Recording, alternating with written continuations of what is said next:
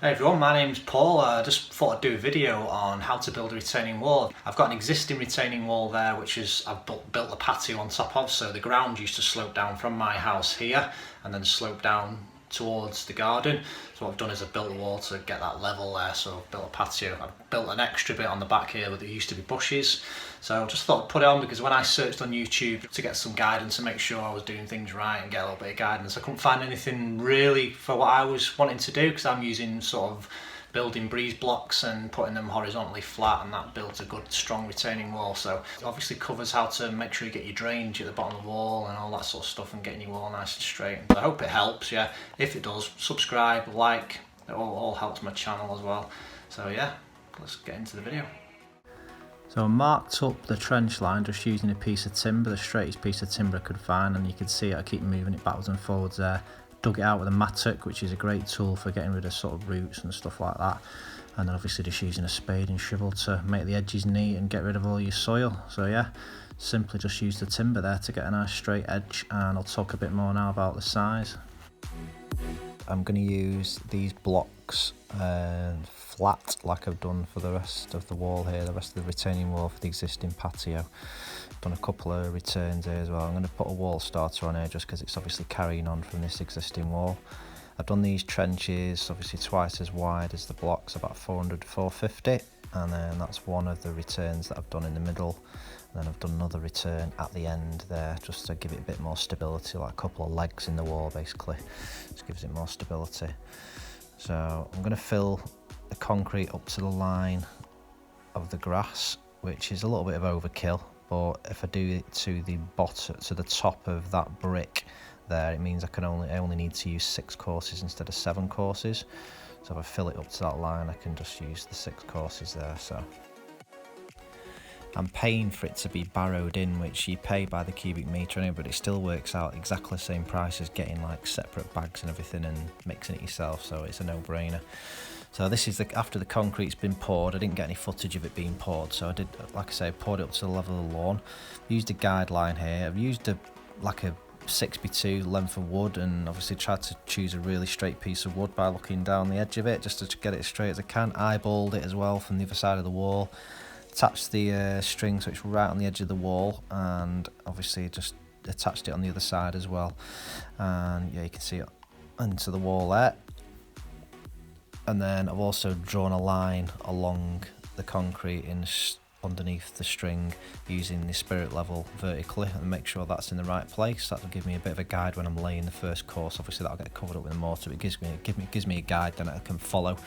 Use a spirit level lengthways along the wall, use a spirit level across the bricks and also up the side of the walls. I'll make sure it's staying nice and straight and everything. So you can see the wall starter on the wall there that I've fitted as well. So what I did as well is I also chopped down the bricks into the right sort of sizes. So because there's 6 courses, basically course 1, 3 and 5 are going to repeat themselves, and 2, 4 and 6, so I knew what I'd need. So I've got some half bricks there, I've got some sort of 3/4 size I've chopped off a little bit like that. So I've got all those 3 there, and then that's going to match up with them, another 3 sort of 3/4, some half bricks as well. So we know I've got all the bricks. Got some more to bring through from the front that I'm going to sort of just obviously stack up next to the wall, so I'm ready. Just so when you got your mortar mixed, obviously you're not messing around chopping bricks down and stuff. You can just get laying. So yeah, it just saves you a bit of time. It's a good idea to do that. So this is my mortar mix. So 3 sand, 1 cement, so you can do it in scoops or whichever way you want. If you want to mix up a load, tip a whole bag of sand in, but it's just then measuring your sort of 1/3 cement. So sometimes it's easier just to do scoops. That's what I did anyway. But you're having to mix up more loads when you do it that way. That's a little bit dry, that mix. That first mix was a little bit dry, but it's not too bad. It's still going to do the trick. It's just a little bit drier than what I wanted.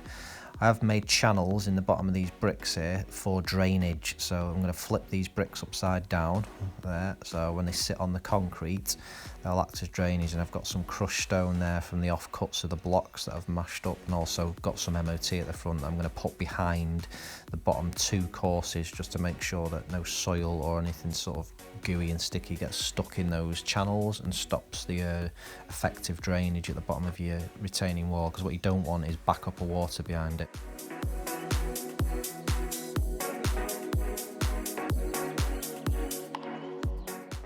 helps to do it in time lapse, but you can see I'm using the spirit level a lot, putting some stone behind the perps there just to make sure that nothing gets inside. And then just continue that first course really, just keep checking it, keep using your spirit level, keep using that string line just to sort of look down it as well. It's a little bit higher, the string line, it's like the height of the third course, but I'm just scraping a bit more stone in behind the wall there and just try to make sure that no sort of mortar drops inside those bottom perps really, make sure they're clear. I actually put some pieces of card, you'll see them here actually, little bits of card sticking out, and that was just to stop any mortar falling down into those bottom perps and keep those open.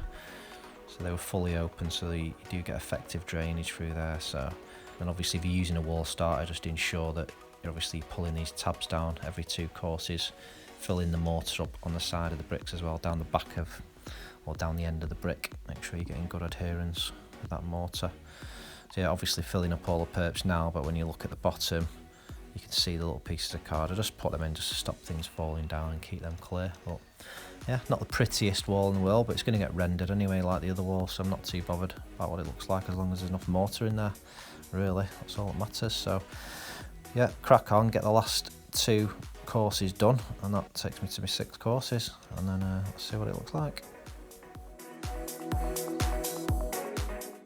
So there's the finished wall, and then what I did was I pulled a bit of the soil back away from the bottom of the wall just to make sure that there was a decent bit of space there to get some stone, and then I put some MOT in up to the top of the second course just to make sure that it was definitely going to be stone behind those open perps. And then obviously you can start to pull the soil forward then and level it all out on top to create your sort of level patio or extended patio. So yeah, that's the retaining wall for sort of a patio really. So using those legs as extra support, putting them horizontally, which gives you a little bit more stability as well. And just so you got a better idea of what I was trying to achieve, that's the concrete slab extended on my patio where the playhouse is going to live. So that was the whole purpose of me doing it really. So there you have it. Thanks for watching everyone. I hope it's helpful and I hope it makes sense. I'm not an expert. I've got a brother-in-law who's a builder who's helped me. I've asked him for advice. He helped with the existing retaining wall that's in place there. So the way that we've done it is obviously what we think is the best way to do it for my circumstances. I couldn't find anything on YouTube which was similar to that, with using blocks and using them horizontally as well. So hopefully that helps some people out like he helped me out. So yeah, please subscribe, please like the video if you like the video, and have a great day.